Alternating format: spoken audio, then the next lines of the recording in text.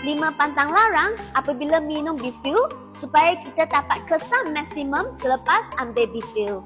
Pertama, Bifuel ini tidak boleh diminum apabila kita punya perut penuh.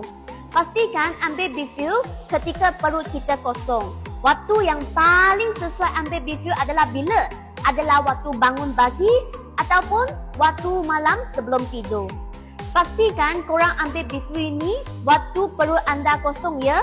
Kedua, jangan terus makan makanan ataupun ubat doktor ataupun minuman selepas ambil Bifuel. Kena jarakkan 1 hingga 2 jam. Kerana apa? Kerana makanan boleh mengganggu kestabilan nitrik oksida yang dalam Bifuel. Biar Bifuel ini kerja dulu dalam kita punya badan tanpa gangguan. Yang ketiga, jangan bancuh Bifuel ini dengan air panas. Kerana apa? Kerana suhu panas akan merosakkan nutrien yang di dalamnya. Bancuh dengan air suhu bilik je cukup. Keempat, jangan minum Bifuel ini bersama kopi atau teh kerana kafein akan ganggu proses penyerapan juga.